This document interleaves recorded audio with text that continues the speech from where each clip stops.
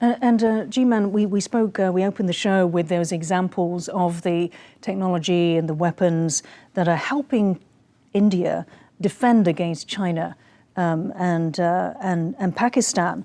So how do you think that China views, a much closer, much deeper relationship between Israel and India? Well, on the one hand, it might not like it, but it can't really complain because it's helping Pakistan, which is another enemy of India, a strategic enemy. So let's just put that in context. But Israel has helped India counter Chinese and Pakistani aggression through four main avenues. One is being able to counter Pakistani escalation. We saw that in Operation Sindoor, neutralizing air defense, persistent strikes, strategic support. Then all in the line of the LAC line of actual control, Israel provides eyes and ears for India. In other words, they have their UAVs that India is flying. They have their Israeli radars that are used to monitor everything from airplanes to troop movements, and also Spider air defense systems, which are ground missiles from the ground that can fire at threats such as helicopters or low-flying targets. The third pillar is joint production and technology transfer. We've already talked about a lot of those types of things, but it includes many types of drones and Iron Beam. And the fourth and last is the intelligence and cyber cooperation. Again, these provide not only the military, but the intelligence services of India with enhanced capabilities.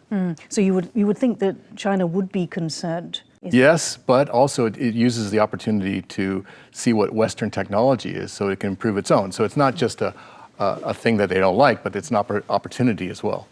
Okay.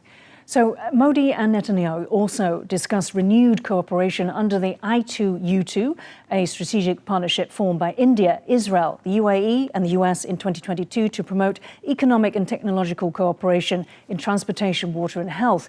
In addition, they discussed renewed implementation of the IMEC, or India, Middle East, Europe Corridor Infrastructure and Trade Project backed by the US that connects India to Europe via the UAE, Saudi Arabia, Israel and Greece via rail and shipping routes. So we touched on this earlier, Sana. What do, especially IMEC, or what does this mean for India? I think what India has been doing in the recent past is to come up with the alternative to the Belt and Road Initiative, because India is actually the only country that hasn't really sent any representation to any of the meetings to the BRI. And it's just not that India is opposing it, India is also coming up with alternatives and giving solutions to it. Asia-Africa Growth Corridor with Japan was one example, and of course IMEC is another example. But it has a lot of potential. It's been 3 years since it was announced. But then I feel that since it's just so difficult, India and other countries that are involved in it are really not authoritarian regimes like at the level of China. So there is a lot of gap in terms of what it intended to do and where is it right now. So, but I think it's very important because, it would connect India with West Asia and then Europe. So India is absolutely a bridge. The onus also lies on the countries that are involved. And if they're very serious about presenting an alternative to the China threat, this is one of the examples that are they're very much present in front of their eyes. They just have to maybe move a little bit faster on it. As Sana said, the potential of it is to rival the BRI, which is sort of falling out of favor a little bit across the world.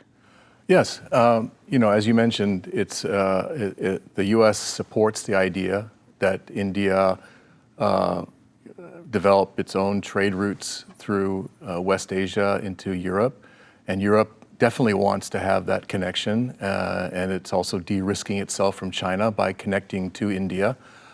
These are all good things. For example, in pharmaceuticals, I mean, that would be obviously a very important area. But also, in terms of the other topic of the I2U2, there's an issue of food security, ensuring that people are fed. I mean, Ukraine is obviously the breadbasket of the world, and if the war ever stops, then the food will move. So I think everyone is interested in moving forward. The reason why it didn't move forward in the past is because Hamas attacked Israel, and the Saudi government and many of the Arab countries wanted to put IMEC on hold. Okay, let's wrap it up there. Thank you so much, Sana Hashmi and Gamal Nolari, for joining Taiwan Talks. If you liked our show, please search for us on YouTube, give us a thumbs up, and hit subscribe to our channel. Thank you for watching the show today. See you next time.